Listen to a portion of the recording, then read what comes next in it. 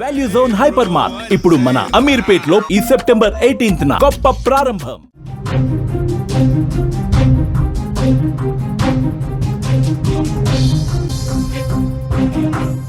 Breaking news చూస్తున్నాం. Tirupati Pakala mystery మరణాల్లో కొత్త కోణాలు వెలుగులోకి వస్తున్నాయి. మరణాలపై ఇంకా స్పష్టత రావటం లేదు. హత్యల లేక ఆత్మహత్యల? మృతుడికి క్రైమ్ వీడియోలు చూసే అలవాటు ఉందని ఒక కొత్త ఇన్ఫర్మేషన్ వచ్చింది. ఘటనా స్థలంలో సిమ్ లేని సెల్ ఫోన్లు కూడా స్వాధీనం చేసుకున్నారు. కాల్ డేటాను పరిశీలిస్తున్నారు. పిల్లల పోస్ట్ మార్టం పూర్తి చేశారు పోలీసులు.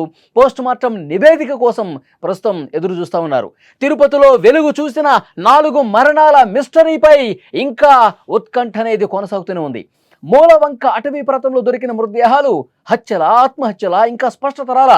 ప్రధానంగా ఈ కేసులో అనుమానితుడిగా ఉన్నటువంటి కళై సెల్వన్ యూట్యూబ్లో నేరాలకు సంబంధించి అదే పనిగా నేరాలు చూస్తున్నటువంటి హిస్టరీ అతనికి ఉంద సమాచారం ఇప్పుడు వస్తోంది. ఈ కోణంలో కూడా దర్యాప్తు చేస్తా ఉన్నారు. మరణించిన 2 పిల్లలు హర్షిని, దర్శిని శరీరాలపై మాత్రం గాయాలు ఉన్నాయని సమాచారం. ఘటనా స్థలంలో 2 సిమ్ కార్డులు లేని సెల్ ఫోన్లు లభ్యం కావటం ఈ కేసును మరింత జటిలం చేస్తోంది. మృతురాలి భర్త వెంకటేష్, భార్య జయమాలి, మృతుడు కళై సెల్వన్ ఫోన్ నెంబర్ల కాల్ డేటాను కూడా పోలీసులు ప్రస్తుతం పరిశీలిస్తున్నారు. ఇప్పటికే పిల్లల పోస్ట్ మార్టం పూర్తి చేసి అడవిలోనే ఖననం చేశారు. కొన్ని వివరాలు తీసుకొని జయమాలి భర్తను పోలీసులు పంపించేశారు. పోస్ట్ మార్టం నివేదిక వచ్చిన తర్వాతే దీనిపై స్పష్టత వచ్చే అవకాశం ఉంది. ఈ కేసు గురించి మరిన్ని వివరాలు మనం తెలుసుకునే ప్రయత్నం చేద్దాం. మా ప్రతినిధి ఉమాశంకర్ ఫోన్ లైన్లో సిద్ధంగా ఉన్నారు.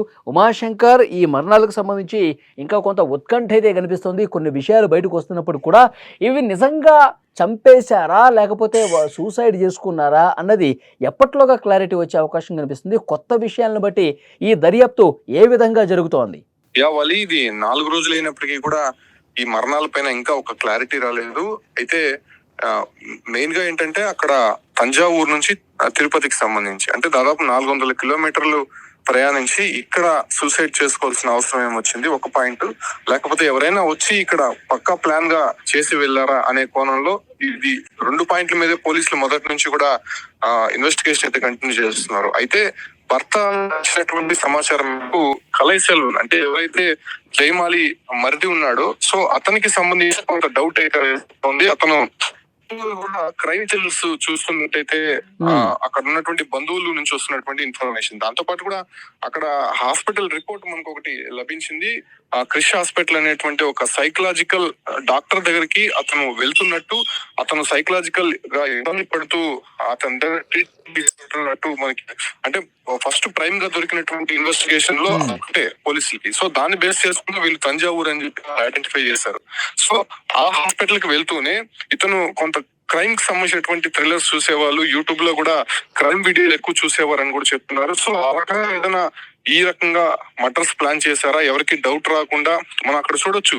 ఆ కళై సెల్వన్ నాడు ఏదైతే జయమాలి ఉందో ఆమె చంపి కింద అట్లే పనబెట్టి ఉన్నాడు. దాంతో పాటు కూడా పిల్లల్ని 2 కూడా దాడి చేసి చంపినట్టు తెలుస్తుంది. వీళ్ళిద్దరి పైన పెద్దగా గాయాలు కనిపించలేదు కానీ దర్శిని, వర్షిని 2 పిల్లల పైన కూడా కొంత బర్రెముకలు ఇరిగిపోవడము, తలకి కొంత ఇంజూర్ అయినటువంటి విషయాలను పోలీసులు ఐడెంటిఫై చేశారు. సో ఆ పిల్లల్ని చంపి పూడ్చిపెట్టి ఒక 2 సెల్ ఫోన్, 2 ఆధార్ కార్డు అంటే వీళ్ళకి సంబంధించినటువంటి ఆధార్ కార్డులు ఆ ఒక గుంతలోనే వేసేసి ఒక ఫోన్ సిమ్ లేనటువంటి సెల్ ఫోన్ ఆ గుంతలోనే వేసేసి వాళ్ళని పూడ్చేసినటువంటి పరిస్థితి. అయితే మరో సెల్ ఫోన్ దొరికింది, ఆ సెల్ ఫోన్ లో కూడా సిమ్ లేదు.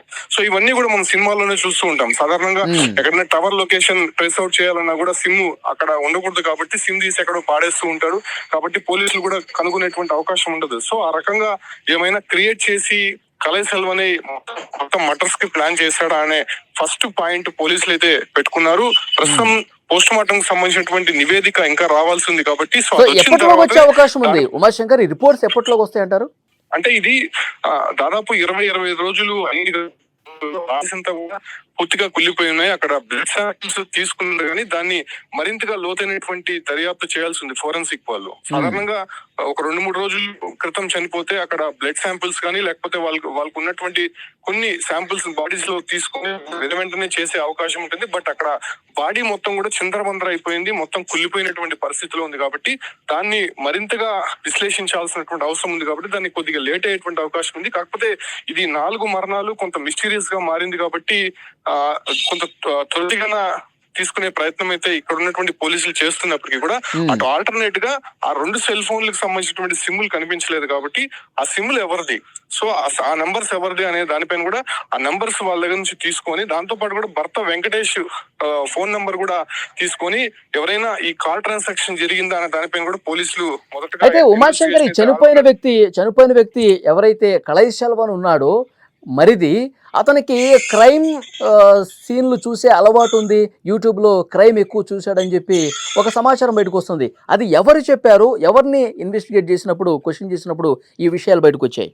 అంటే కళైశల్వన్ స్థితి బాగా లేదు, కొంత డిఫరెంట్ గా ప్రవర్తించేవాడు, కుటుంబ సభ్యులతో ఎవరితో కూడా కలిసేవాడు, ఇలాంటి వీడియోస్ ఎక్కువ కూడా చూస్తూ ఉంటాడు, కాబట్టి సైకలాజికల్ ప్రాబ్లం కారణంగా హాస్పిటల్లో కూడా చూపించుకుంటున్నాడని వాళ్ళ బంధువులు చెప్పినటువంటి విషయమే. సో అక్కడ నుంచి తీసుకున్నటువంటి ఇన్ఫర్మేషన్ కారణంగానే ఇక్కడ ఏంటంటే ఏపీలో జరిగినటువంటి మర్డర్స్ కాదు, ఇక్కడ ఇన్ఫర్మేషన్ ఇచ్చే వ్యక్తి లేదు, దాంతో పాటు కూడా లాంగ్వేజ్ ప్రాబ్లం ఉంది, కమ్యూనికేషన్ గ్యాప్ ఉంది. సో కంప్లీట్ గా పోలీసులంతా కూడా తంజావూరు నుంచి వాళ్ళ బంధువులు ఇచ్చేటువంటి ఇన్ఫర్మేషన్ మేరకే మొత్తం ఇన్వెస్టిగేషన్ చేయాల్సి ఉంటుంది. సో ఈ కళైశల్వన్ అనేటువంటి వ్యక్తి సైకలాజికల్ గా ఇబ్బంది పడడము, క్రైమ్ థ్రిల్లర్స్ చూస్తున్నాడు అనేటువంటి విషయం కూడా అక్కడ ఉన్నటువంటి వారే చెప్పినటువంటి పరిస్థితి. సో ఆ రకంగా ఏమైనా సీన్ క్రియేట్ చేశారా? మనం ఇంకోటి కూడా ఐడెంటిఫై చేయాలి.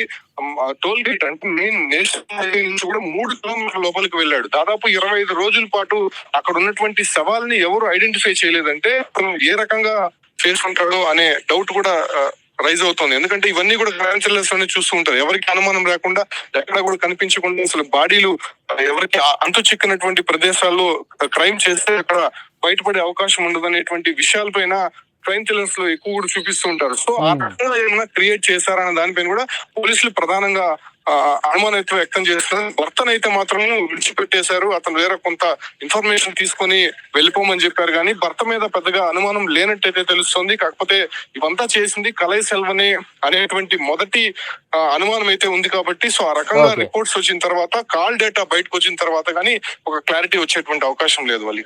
ఓకే ఉమాశంకర్, మరింత ఇన్ఫర్మేషన్ కోసం మళ్ళీ ఒకసారి మేము మీకు టచ్లోకి వస్తాం. Thank you. అది తిరుపతిలో జరిగినటువంటి ఈ 4 మృతులకు సంబంధించి ఇన్వెస్టిగేట్ జరుగుతూనే ప్రస్తుతం ఫోరెన్సిక్ రిపోర్టు రావాల్సినటువంటి అవసరం ఉంది, పోస్ట్మార్టం రిపోర్ట్స్ రావాల్సిన అవసరం ఉంది. అయితే ప్రధానంగా అనుమానం వ్యక్తం చేసింది ఈ మరిది కళైశల్వన్ ఎవరైతే ఉన్నాడో అతను కొంత సైకలాజికల్గా ఇబ్బంది పడతా ఉన్నాడు. అతనికి క్రైమ్ సినిమాలు, క్రైమ్ ఎపిసోడ్లు సోషల్ మీడియాలో బాగా చూసినటువంటి అలవాటు ఉందని చెప్పి వాళ్ళ కుటుంబ సభ్యులే కొంత సమాచారం ఇచ్చారు. ఆ యాంగిల్లో కూడా ఇన్వెస్టిగేట్ చేస్తూ ఉన్నారు. అంటే వదినను చంపేసి, పిల్లల్ని కూడా చంపేసి తర్వాత తాను సూసైడ్ చేసుకున్నాడా అన్న కోణంలో ప్రస్తుతం దర్యాప్తు జరుగుతుంది. అయితే ఇక్కడ బ్రదర్ ఎవరైతే ఉన్నాడో, ఈమె భర్త ఎవరైతే ఉన్నాడో అతని మీద పెద్దగా అనుమానాలు ఏమీ లేవు. అతను చేసినట్టుగా ఇంతవరకు ఏమీ నిర్ధారణ కాలేదు. కొంత సమాచారం ఈ ఫ్యామిలీకి సంబంధించి తీసుకుని ఇన్వెస్టిగేషన్లో ఉపయోగపడటానికి అవసరమైనటువంటి సమాచారం తీసుకుని అతన్ని వదిలిపెట్టినట్టుగా తెలుస్తుంది. మొత్తం ఈ కళైశల్వన్ చుట్టూనే వ్యవహారం మొత్తం నడుస్తుంది. ఇతనే చేసి ఉంటాడు అనటానికి కావలసిన ఆధారాలు సంపాదించే పనిలో పోలీసులు ఉన్నారు. నిజంగానే అతనే చంపాడా, లేకపోతే ఇవి సూసైడ్లా అన్నది 1-2 రోజుల్లో క్లారిటీ వచ్చే అవకాశం అయితే కనిపిస్తాం.